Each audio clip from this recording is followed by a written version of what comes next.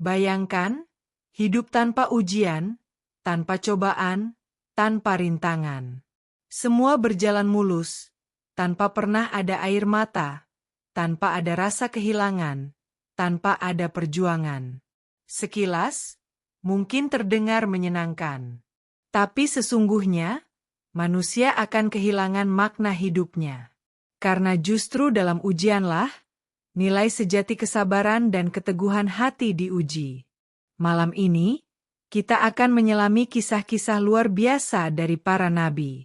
Kisah yang penuh air mata, penuh peluh, penuh luka, tapi juga penuh cahaya.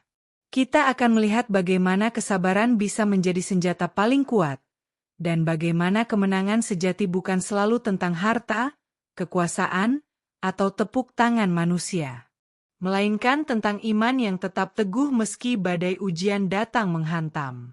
Dan kisah kita dimulai dengan salah satu nabi yang kisahnya penuh keajaiban, penuh keteguhan, penuh perjuangan yang tidak kenal lelah. Nabi Nuh, alaihi salam.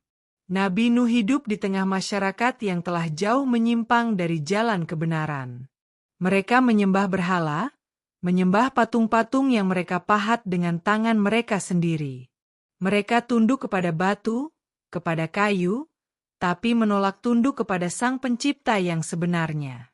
Mereka lebih memilih mengikuti hawa nafsu, hidup dalam kesombongan, dan menutup telinga dari setiap seruan kebaikan. Di tengah masyarakat seperti itulah Nabi Nuh berdiri. Beliau tidak hanya seorang ayah, seorang tetangga, atau seorang pemimpin.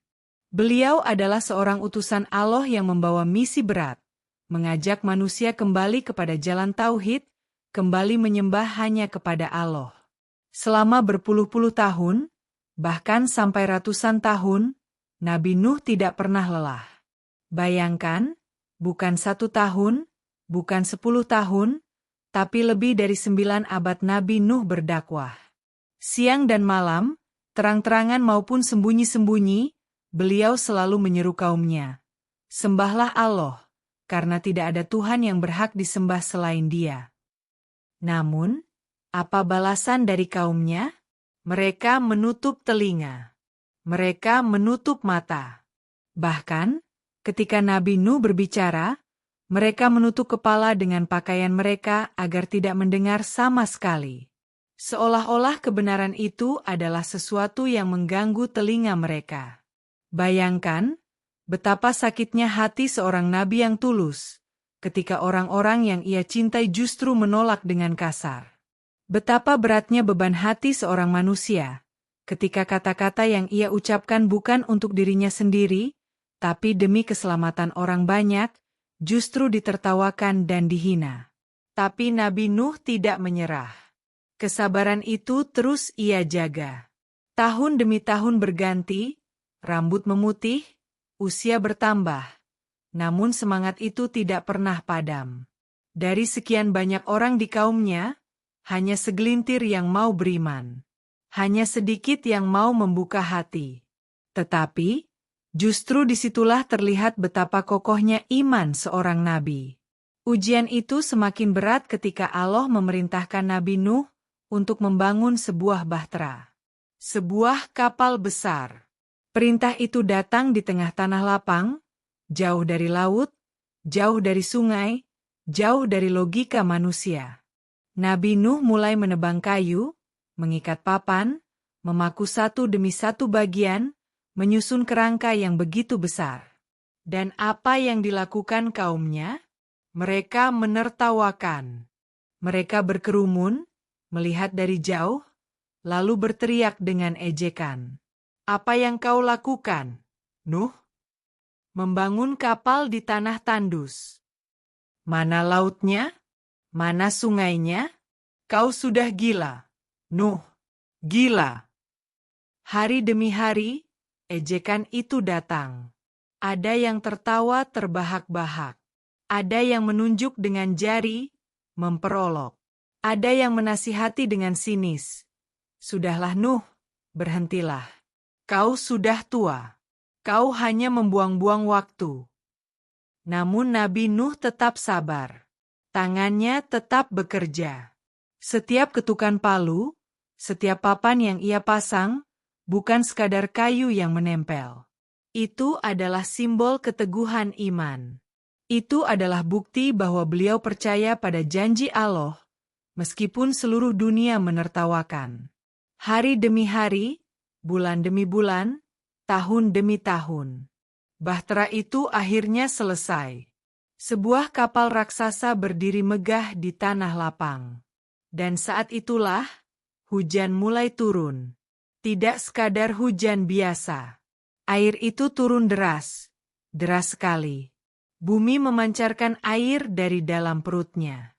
Sungai-sungai meluap, daratan mulai tergenang. Langit dan bumi seolah bersekutu untuk menenggelamkan kaum yang ingkar. Orang-orang yang dulu menertawakan, mulai panik. Mereka berlari, berusaha mencari tempat tinggi. Mereka mengetuk-ngetuk bahtera, berteriak meminta tolong. Tapi pintu telah tertutup. Mereka telah menolak seruan Nabi Nuh selama ratusan tahun. Dan kini, penyesalan itu datang terlambat. Air terus naik. Rumah-rumah hanyut. Pohon-pohon tumbang. Gunung-gunung seolah tenggelam oleh gelombang besar. Dunia berubah menjadi lautan luas. Hanya tersisa bahtera yang berlayar dengan izin Allah. Di dalamnya ada Nabi Nuh, para pengikut yang beriman, dan pasangan-pasangan hewan yang menjadi penyelamat kehidupan. Bayangkan suasana di dalam bahtera. Gelap, berguncang diterpa ombak besar. Suara air menghantam dari segala arah. Tapi di sanalah ada rasa aman. Karena mereka tahu, Allah bersama orang-orang yang sabar. Sedangkan di luar sana, mereka yang dulu menertawakan, yang dulu mengejek, kini tenggelam bersama kesombongan mereka sendiri. Dari kisah Nabi Nuh kita belajar sesuatu yang sangat berharga. Kesabaran itu kadang terlihat sia-sia di mata manusia. Dakwah Nabi Nuh selama ratusan tahun seolah-olah tanpa hasil, hanya segelintir orang yang mengikuti. Namun pada akhirnya, kesabaran itu menjadi kunci keselamatan. Dan bukankah hidup kita pun sering sama? Kita berusaha keras, tapi orang lain menertawakan. Kita mencoba ikhlas, tapi orang lain meremehkan. Kita menjaga prinsip, tapi orang lain mencibir. Ingatlah, bukan manusia yang memberi hasil. Hanya Allah yang menentukan akhir dari setiap usaha. Kisah Nabi Nuh adalah pengingat bahwa kadang hasil tidak terlihat di depan mata. Tapi mereka yang sabar akan selalu bersama pertolongan Allah. Dan inilah yang akan terus kita temukan dalam kisah-kisah Nabi lainnya. Jika Nabi Nuh diuji dengan kaumnya yang ingkar dan ejekan yang tiada henti, maka Nabi berikutnya diuji dengan sesuatu yang jauh lebih mengguncang hati seorang ayah. Ujian yang tidak hanya melibatkan dirinya sendiri, tapi juga darah dagingnya. Mari kita bersiap, karena di bab berikutnya kita akan masuk ke kisah Nabi Ibrahim, alaihi salam. Sebuah kisah tentang iman, pengorbanan, dan kesetiaan yang membuat dunia bergetar. Setelah kita menyelami kisah Nabi Nuh dengan bahteranya yang megah, kini kita masuk ke sebuah kisah yang berbeda. Sebuah kisah yang lebih menyayat hati, lebih personal, dan menyentuh sisi terdalam dari seorang manusia. Kisah tentang Nabi Ibrahim, alaihi salam. Nabi Ibrahim hidup di tengah masyarakat yang dipenuhi berhala. Patung-patung dari kayu, batu, dan logam berdiri megah di pusat kota. Orang-orang berbondong-bondong menyembah patung-patung itu, mempersembahkan sesajen, meminta rezeki, bahkan memohon keselamatan kepada benda mati yang mereka ciptakan sendiri. Namun sejak kecil, hati Nabi Ibrahim selalu resah. Beliau bertanya-tanya, bagaimana mungkin sesuatu yang tidak bisa bergerak, tidak bisa berbicara, bahkan tidak bisa melindungi dirinya sendiri, bisa menjadi Tuhan? Rasa ingin tahunya mendorong beliau untuk merenung. Beliau memandang bintang di langit, lalu berkata, "Inikah Tuhanku?" Tapi ketika bintang itu tenggelam, beliau sadar, tidak mungkin Tuhanku tenggelam. Lalu beliau melihat bulan yang terang benderang. Mungkin inilah Tuhanku. Namun bulan pun akhirnya hilang di telan fajar. Begitu pula dengan matahari, yang terbit dengan gagah tapi akhirnya tenggelam. Dari perenungan itu, Ibrahim menyadari satu kebenaran. Tuhan sejati tidak mungkin tenggelam, tidak mungkin hilang, tidak mungkin dikuasai oleh waktu. Tuhan sejati adalah Dia yang menciptakan seluruh alam semesta, yang tidak bergantung pada apapun. Itulah Allah, Tuhan yang Maha Esa. Dengan keyakinan itu, Nabi Ibrahim mulai menentang keyakinan kaumnya. Beliau berbicara dengan lembut, menasihati mereka, mengingatkan mereka. Tapi apa balasannya? Mereka menolak. Mereka bahkan marah. Karena bagi mereka, Ibrahim bukan hanya berbeda, tapi juga merusak tradisi yang sudah mereka pegang turun-temurun. Suatu ketika, datanglah hari besar, di mana semua orang pergi keluar kota untuk merayakan pesta berhala. Nabi Ibrahim justru memanfaatkan kesempatan itu. Beliau mendatangi kuil tempat berhala-berhala berdiri. Dengan kapak di tangannya, satu persatu patung itu dihancurkan. Hanya tersisa satu patung terbesar, yang sengaja dibiarkan utuh. Ketika orang-orang kembali dan melihat berhala mereka hancur, mereka terkejut. Siapa yang berani melakukan ini? Dengan cepat, mereka menuduh Ibrahim. Dan Ibrahim pun berkata dengan tenang, "Lihatlah, kapak ini aku gantungkan di leher berhala terbesar. Mungkin dialah yang melakukannya. Tanya saja kepadanya, jika ia bisa berbicara." Tentu saja, berhala itu tidak bisa menjawab. Orang-orang pun terdiam, wajah mereka memerah karena malu. Mereka tahu, Ibrahim benar. Patung-patung itu tidak bisa berbuat apa-apa. Tapi karena kesombongan, mereka justru marah. Ibrahim dijadikan musuh. Mereka pun berencana menghukum Ibrahim dengan cara yang paling mengerikan, dibakar hidup-hidup. Sebuah tungku api raksasa dinyalakan, kobaran apinya menjulang tinggi, panasnya terasa dari kejauhan. Orang-orang berkumpul, berteriak, menyaksikan dengan sorak-sorai. Ibrahim diikat, lalu dilemparkan ke dalam api. Namun, apa yang terjadi? Allah berfirman kepada api, "Wahai api, jadilah engkau dingin dan keselamatan bagi Ibrahim." Seketika itu juga, api yang seharusnya membakar, justru menjadi dingin. Nabi Ibrahim duduk dengan tenang, tidak terluka sedikitpun. Orang-orang terkejut. Mereka melihat dengan mata kepala sendiri, bagaimana seorang manusia diselamatkan dari kobaran api yang dahsyat. Kisah ini seolah memberi pesan. Ketika manusia menolak kebenaran, mereka rela menutup akal sehat demi kesombongan. Tapi ketika seorang hamba tawakal sepenuhnya, tidak ada yang mustahil bagi Allah. Api yang biasanya membakar, bisa berubah menjadi kesejukan. Namun ujian Nabi Ibrahim tidak berhenti di situ. Ada satu ujian yang jauh lebih berat, bukan dari luar dirinya, tapi dari dalam hatinya sendiri.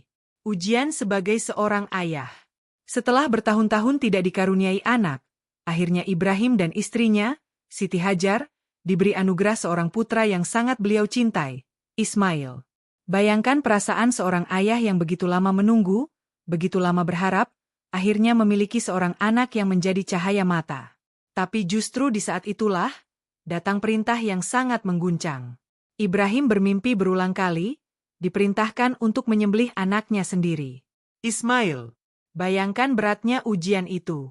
Perintah untuk mengorbankan harta mungkin terasa sulit. Perintah untuk meninggalkan kampung halaman juga berat. Tapi bagaimana dengan perintah untuk mengorbankan darah daging sendiri? Anak yang ditunggu-tunggu selama puluhan tahun. Anak yang menjadi harapan di masa tua. Namun, Nabi Ibrahim tahu. Mimpi seorang nabi bukan sekadar bunga tidur. Itu adalah wahyu. Itu adalah perintah dari Allah. Dengan hati yang gemetar tapi iman yang teguh, Ibrahim pun berbicara kepada anaknya. "Wahai anakku, sesungguhnya aku bermimpi bahwa aku harus menyembelihmu. Bagaimana pendapatmu?" Ismail, anak yang masih muda, menjawab dengan ketenangan yang luar biasa. "Wahai ayahku, lakukanlah apa yang diperintahkan. Insya Allah, engkau akan mendapatiku termasuk orang-orang yang sabar." Bayangkan suasana itu. Seorang ayah menggandeng tangan anaknya, berjalan menuju tempat penyembelihan. Setiap langkah terasa berat, setiap detik terasa panjang. Hati seorang ayah pasti bergetar. Namun, iman menguatkan langkah mereka.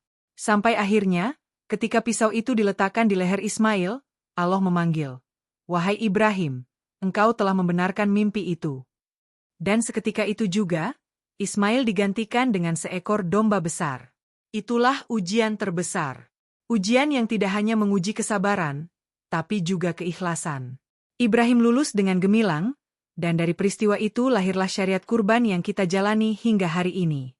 Kisah Nabi Ibrahim mengajarkan kita bahwa cinta kepada Allah harus berada di atas segalanya. Bahkan di atas cinta kepada harta, keluarga, dan diri sendiri. Karena pada akhirnya, semua itu adalah titipan, dan ujian sejati adalah bagaimana kita menempatkan Allah di posisi tertinggi. Dan begitulah, kisah Nabi Ibrahim bukan hanya sejarah. Ia adalah cermin bagi kita semua. Berapa banyak dari kita yang rela berkorban demi kebenaran? Berapa banyak dari kita yang siap melepaskan sesuatu yang kita cintai demi keridaan Allah? Tapi perjalanan kisah Nabi tidak berhenti di sini. Setelah Ibrahim, ada kisah seorang nabi yang penuh kesabaran menghadapi penderitaan panjang.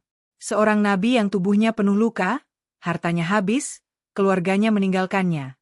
Namun lidahnya tetap basah dengan zikir. Di bab berikutnya, kita akan masuk ke kisah Nabi Ayub, alaihi salam. Kisah tentang kesabaran sejati yang tidak tergoyahkan meski semua kenikmatan dunia dicabut darinya.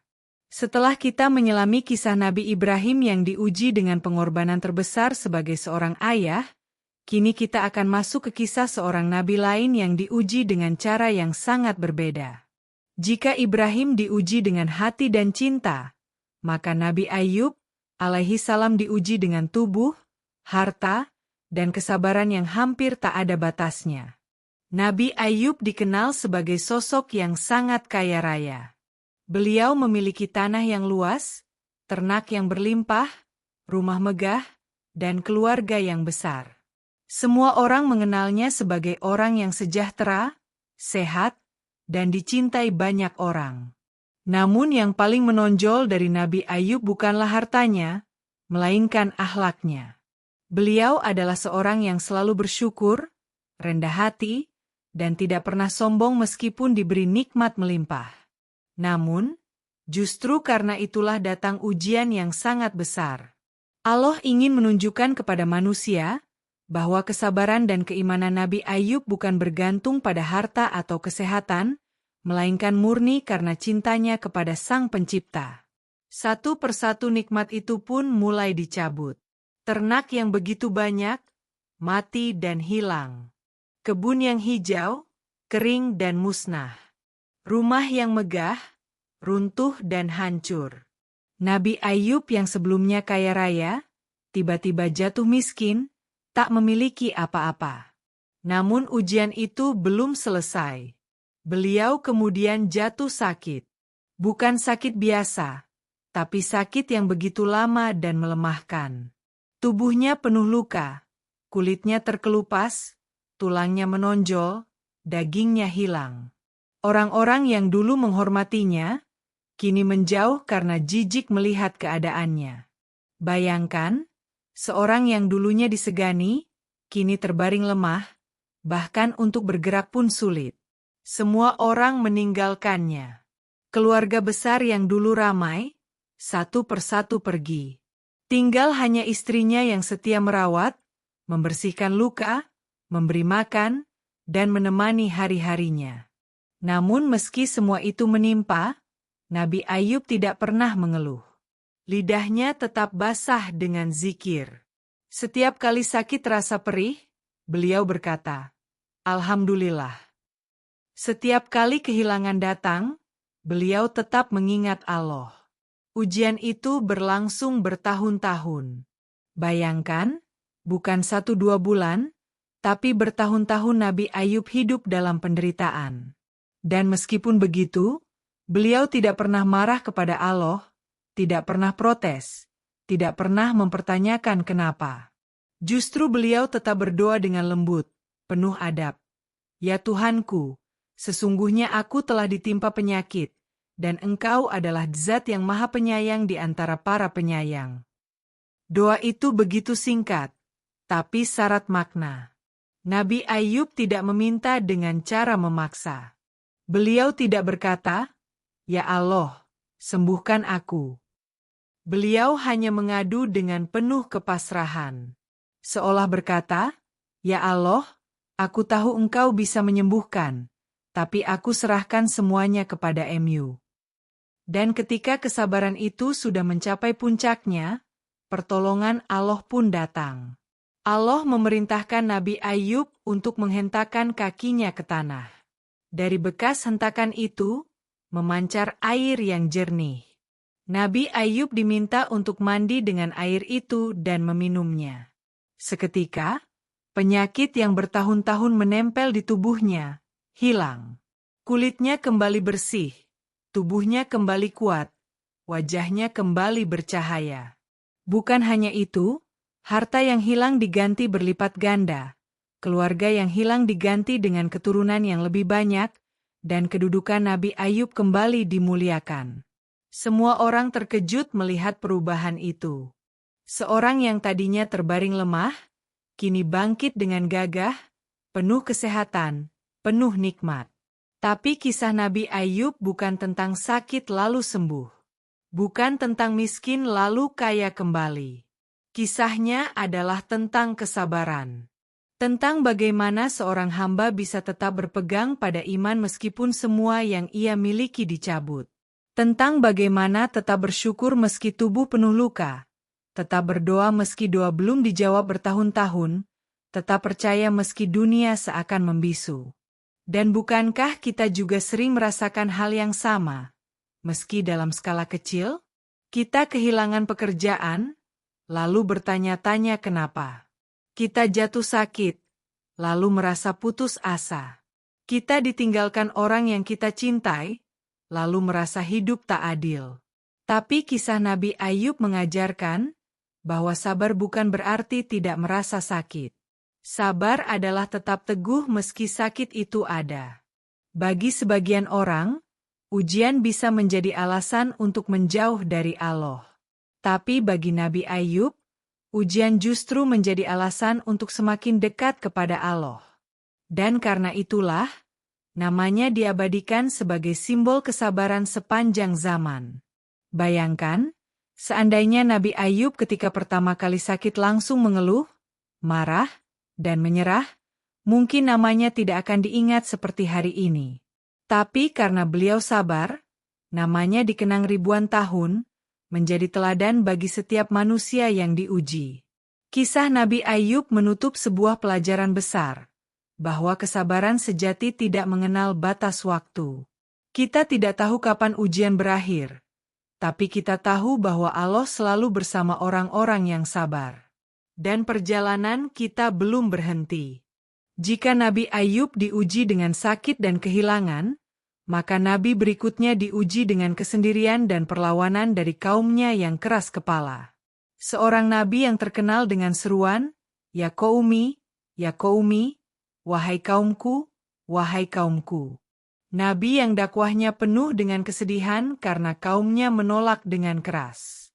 Siapkah kita menyelami kisah Nabi Hud, alaihi salam, Nabi yang diutus kepada kaum Ad yang sombong dan angkuh?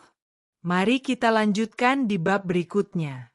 Setelah kita menelusuri kesabaran Nabi Ayub, kini kita akan melangkah ke kisah Nabi lain yang berhadapan dengan kaum yang sangat sombong dan keras kepala.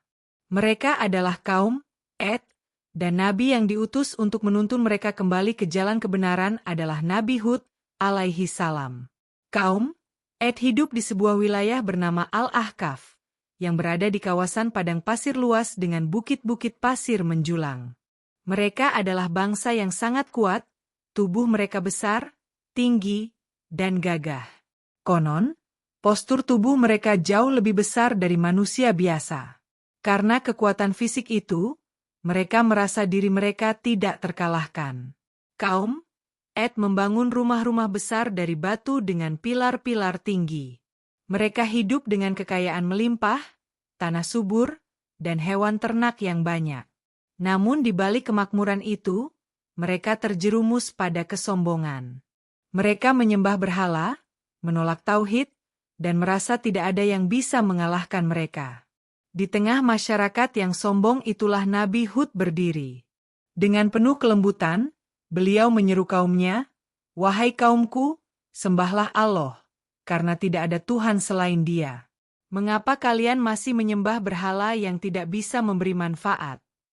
Namun, apa jawaban mereka? Mereka tertawa. Mereka menolak. Mereka berkata, "Wahai Hud, apakah engkau datang hanya untuk melarang kami menyembah apa yang disembah oleh nenek moyang kami? Kami tidak melihat kebenaran dalam ucapanmu. Engkau hanyalah manusia biasa seperti kami." Nabi Hud tidak menyerah. Siang dan malam beliau terus menyeru, terus mengingatkan. Tapi semakin lama, kaum Ed justru semakin angkuh. Mereka berkata dengan sombong, "Siapa yang lebih kuat daripada kami? Bukankah kami ini bangsa yang paling perkasa? Tidak ada yang bisa menghancurkan kami." Ucapan itu menunjukkan kesombongan mereka. Mereka lupa bahwa sebesar apapun kekuatan manusia, tetap lemah di hadapan Sang Pencipta. Maka turunlah azab. Langit yang biasanya cerah di padang pasir, tiba-tiba berubah gelap. Angin kencang mulai bertiup, semakin lama semakin dahsyat. Kaum Ed berusaha bersembunyi di rumah-rumah besar mereka, tapi angin itu menghancurkan segalanya. Pilar-pilar tinggi yang mereka banggakan runtuh, rumah-rumah megah hancur berantakan. 7 malam 8 hari berturut-turut, angin itu berhembus kencang, membawa debu, pasir, dan kehancuran. Tubuh-tubuh mereka yang besar, bergelimpangan tak berdaya. Kaum yang dulu sombong, hilang dalam sekejap. Hanya Nabi Hud dan para pengikutnya yang selamat. Pelajaran dari Nabi Hud begitu jelas. Sebesar apapun kekuatan manusia, kesombongan hanya akan membawa kehancuran. Setelah kaum Ed, Allah mengutus nabi lain kepada kaum Samud. Nabi itu adalah Nabi Syalih, alaihi salam. Kaum Samud tinggal di wilayah berbukit batu. Mereka memahat gunung untuk dijadikan rumah. Arsitektur mereka luar biasa. Dinding-dinding batu dipahat dengan presisi, gua-gua dijadikan istana.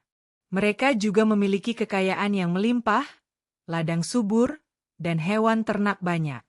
Namun, sama seperti kaum Ed, mereka terjerumus ke dalam kesirikan. Mereka menyembah berhala dan menolak menyembah Allah. Maka Allah mengutus Nabi Syalih, seorang lelaki dari kalangan mereka sendiri, yang dikenal jujur dan baik hati. Nabi Syalih menyeru dengan lembut, "Wahai kaumku, sembahlah Allah. Janganlah kalian menyembah selain Dia.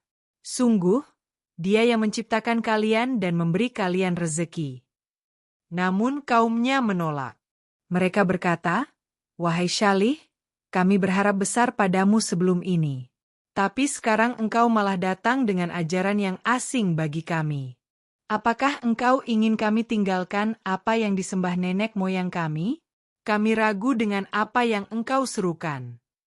Karena penolakan itu, mereka menantang Nabi Syalih untuk menunjukkan bukti kenabiannya. Mereka meminta sebuah mukjizat. Dengan sombong, mereka berkata, "Jika benar engkau utusan Allah, keluarkanlah seekor unta betina dari batu besar ini." Permintaan itu sangat sulit, tapi Allah Maha Kuasa. Dengan izinnya, tiba-tiba batu besar itu terbelah, dan keluarlah seekor unta betina yang besar dan sehat. Mukjizat itu membuat sebagian orang kagum, tapi banyak juga yang tetap keras kepala. Nabi Syalih lalu berkata, "Inilah unta Allah, mukjizat bagi kalian. Biarkanlah ia makan di bumi Allah, jangan ganggu dia. Karena jika kalian mengganggunya, azab besar akan menimpa kalian."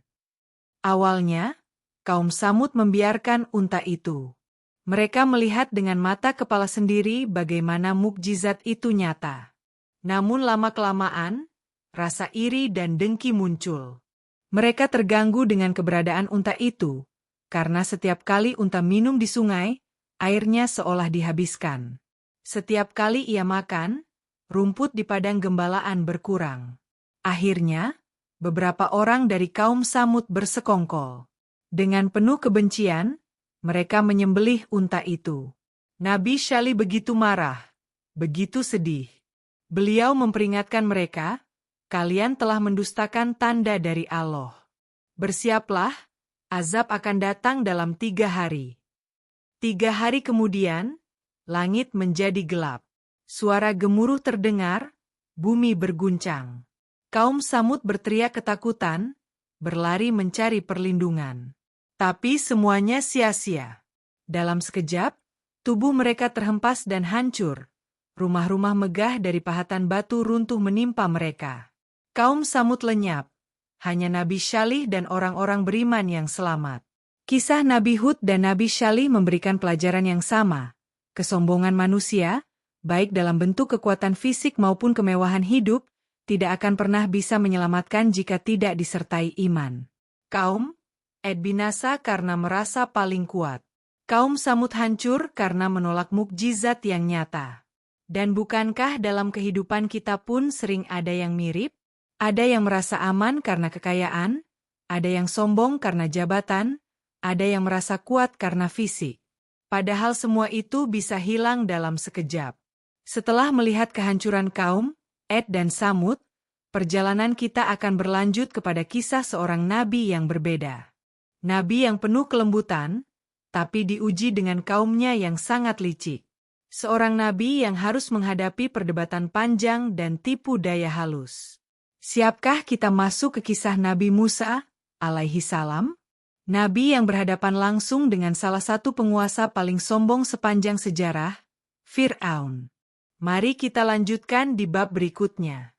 Setelah kita melihat bagaimana kaum Ad dan Samud binasa karena kesombongan, kini kita masuk ke salah satu kisah paling dramatis dalam sejarah para nabi. Kisah seorang nabi yang berhadapan langsung dengan penguasa paling sombong sepanjang zaman. Seorang raja yang mengaku dirinya sebagai Tuhan, yang menindas rakyatnya tanpa belas kasih. Dialah Fir'aun, dan inilah kisah Nabi Musa, alaihi salam. Nabi Musa lahir di Mesir pada masa ketika Fir'aun memerintah dengan kejam. Fir'aun mendapat ramalan bahwa akan lahir seorang anak laki-laki dari kaum Bani Israel yang kelak akan menghancurkan kerajaannya. Karena takut, Fir'aun memerintahkan pasukannya untuk membunuh setiap bayi laki-laki yang lahir dari kaum Bani Israel. Bayangkan betapa mencekamnya suasana saat itu. Setiap kali ada tangisan bayi laki-laki, pasukan Fir'aun datang, merampas, dan membunuhnya. Para ibu hidup dalam ketakutan, para ayah hidup dalam kesedihan. Di tengah kondisi itu, lahirlah seorang bayi, Musa. Ibunya, dengan hati penuh kecemasan, mencari cara untuk menyelamatkan putranya. Lalu datanglah ilham dari Allah. Susuilah dia, dan apabila engkau khawatir terhadapnya, maka hanyutkanlah dia ke sungai. Janganlah engkau takut dan jangan bersedih. Sesungguhnya kami akan mengembalikannya kepadamu dan menjadikannya salah seorang rasul. Dengan air mata berlinang, sang ibu meletakkan Musa kecil dalam sebuah peti, lalu menghanyutkannya di sungai Nil. Bayi itu terbawa arus, hingga akhirnya ditemukan oleh keluarga Fir'aun. Istri Fir'aun, Asyah, yang berhati lembut, jatuh iba melihat bayi itu. Ia memohon kepada Fir'aun, biarkanlah dia hidup. Semoga ia menjadi penyejuk mata bagi kita. Dan atas izin Allah, Musa kecil dibesarkan di istana Fir'aun, musuh yang kelak akan ia hadapi. Musa tumbuh menjadi pemuda yang kuat dan bijaksana. Namun, suatu hari ia terlibat dalam sebuah peristiwa. Ia melihat seorang Mesir memukul seorang Bani Israel. Dengan emosi, Musa memukul orang Mesir itu hingga tewas. Musa menyesal, lalu melarikan diri dari Mesir. Ia pergi jauh hingga sampai ke negeri Madian, tempat ia bertemu dengan seorang lelaki saleh, Nabi Syuaib, dan menikahi salah satu putrinya. Bertahun-tahun kemudian, Musa kembali ke Mesir. Dalam perjalanan pulang, di sebuah lembah suci bernama Tua, beliau mendapat wahyu. Allah berbicara langsung kepadanya, memerintahkannya untuk kembali ke Fir'aun dan menyeru agar ia menyembah Allah. Bayangkan beratnya tugas itu. Musa, seorang lelaki yang pernah jadi buronan, kini harus berhadapan dengan penguasa paling sombong yang mengaku sebagai Tuhan. Namun Musa tidak sendiri. Allah mengutus saudaranya, Harun, untuk mendampinginya. Maka masuklah Musa dan Harun ke istana Fir'aun. Dengan penuh kelembutan, Musa berkata, "Wahai Fir'aun, sesungguhnya aku adalah utusan dari Tuhan semesta alam. Sembahlah Allah, dan tinggalkanlah kesombonganmu." Fir'aun tertawa terbahak-bahak. "Apakah engkau datang untuk mengusirku dari kerajaanku? Apakah engkau ingin aku tunduk kepada Tuhanmu? Aku tidak mengenal Tuhan selain aku. Bukankah aku yang memiliki kerajaan Mesir? Sungai-sungai ini mengalir di bawah kekuasaanku." Fir'aun menolak, bahkan menuduh Musa sebagai penyihir. Maka Musa diperintahkan untuk menunjukkan mukjizatnya. Dengan tongkatnya, Musa melemparkannya ke tanah. Seketika tongkat itu berubah menjadi ular besar yang bergerak cepat. Musa juga memasukkan tangannya ke dalam saku, lalu mengeluarkannya, dan tangannya bercahaya terang. Fir'aun terkejut, tapi kesombongannya membuatnya menolak. Ia menganggap Musa hanyalah penyihir, lalu mengumpulkan para penyihir terbaik dari seluruh Mesir untuk melawan Musa.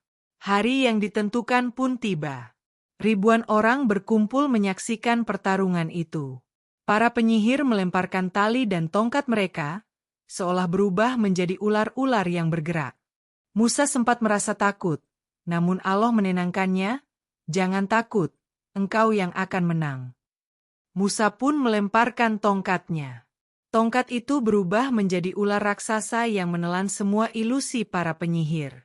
Melihat itu, para penyihir langsung sujud. Mereka berkata, "Kami beriman kepada Tuhan Musa dan Harun."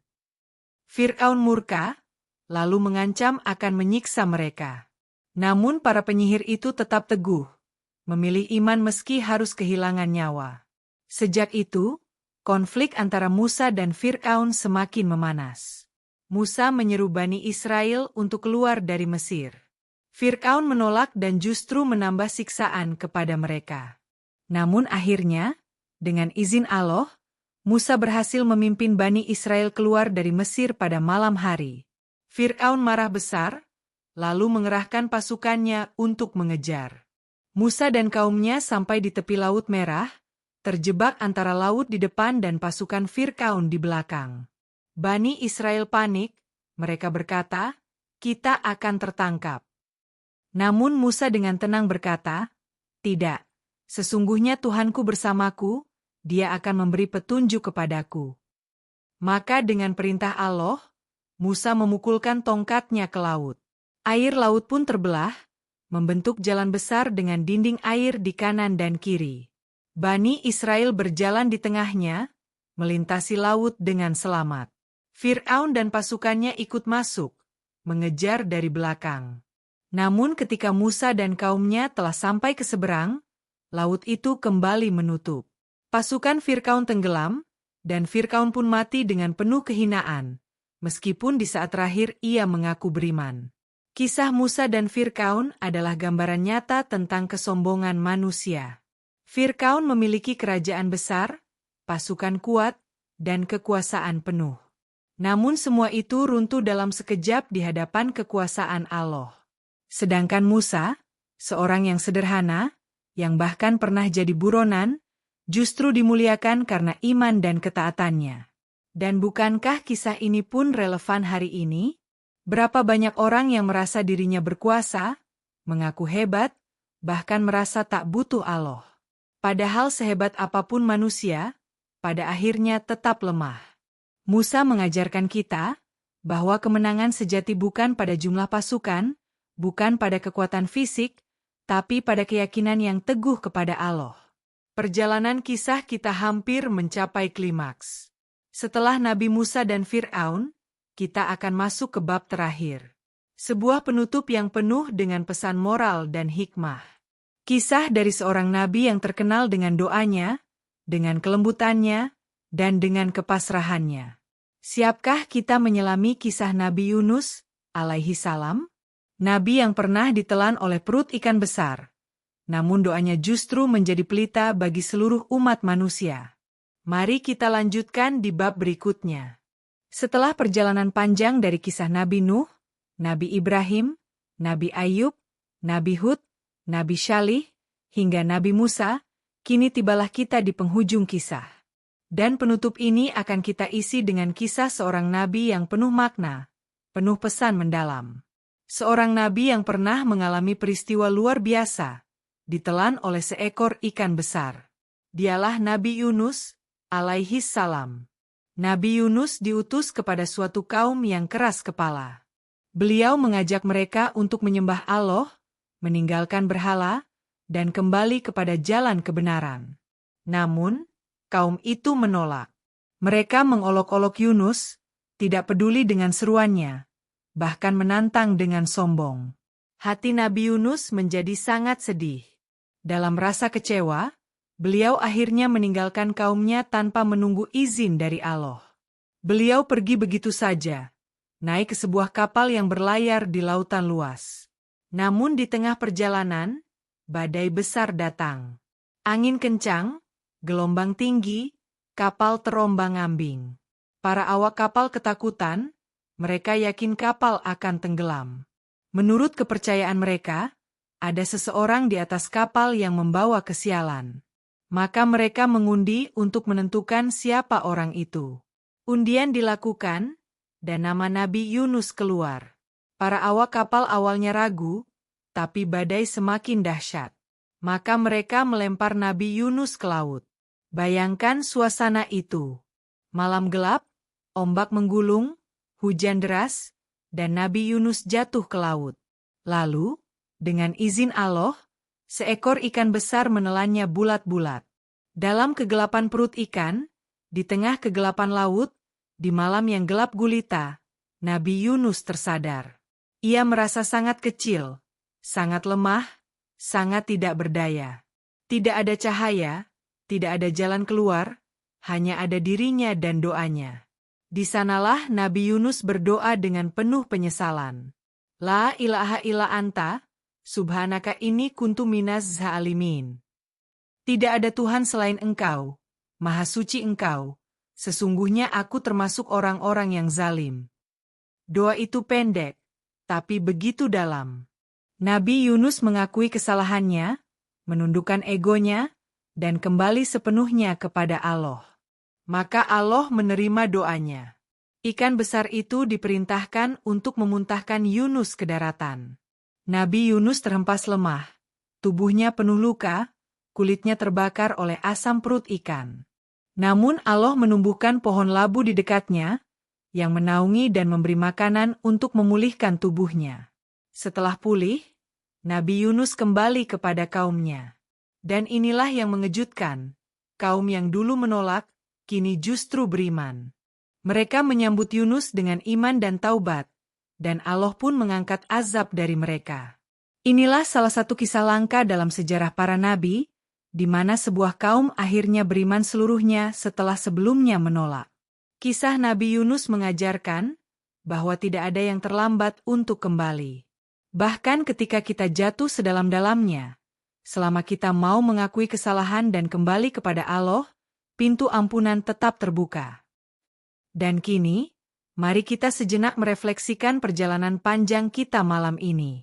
Kita melihat Nabi Nuh, yang sabar membangun bahtera meski diejek ratusan tahun.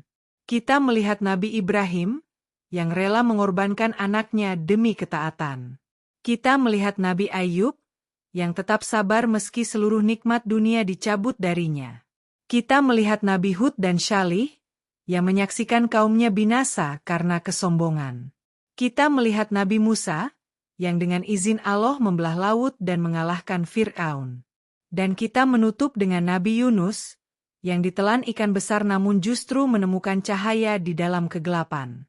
Jika kita tarik benang merahnya, semua kisah ini berbicara tentang satu hal. Ujian adalah bagian dari kehidupan, dan kesabaran adalah kunci kemenangan. Ada satu twist yang perlu kita renungkan.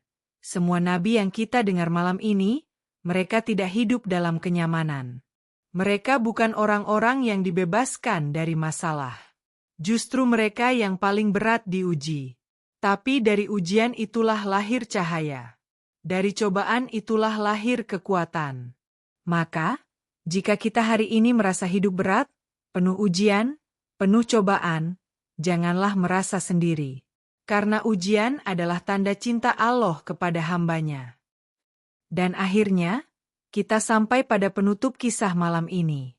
Semoga setiap kisah para nabi ini menjadi cermin bagi kita semua. Jika mereka mampu bersabar dalam ujian yang begitu berat, mengapa kita tidak mencoba bersabar dalam ujian hidup kita yang mungkin jauh lebih ringan? Sahabat pendengar, terima kasih sudah menyimak kisah 1 jam penuh tentang teladan para nabi. Jangan lupa tinggalkan jejakmu di kolom komentar. Cerita nabi mana yang paling menyentuh hatimu malam ini? Apakah kisah Nabi Nuh dengan bahteranya? Nabi Ibrahim dengan pengorbanannya? Nabi Ayub dengan kesabarannya? Atau Nabi Yunus dengan doanya? Klik tombol like jika kamu merasa kisah ini bermanfaat. Subscribe untuk terus mengikuti kisah-kisah penuh hikmah berikutnya. Dan share video ini agar lebih banyak orang yang bisa belajar dari teladan para nabi. Ingatlah, hidup ini adalah perjalanan ujian. Dan kemenangan sejati bukan tentang harta, bukan tentang tahta, tapi tentang hati yang tetap sabar dan iman yang tetap teguh. Sampai jumpa di kisah berikutnya. Assalamualaikum warahmatullahi wabarakatuh.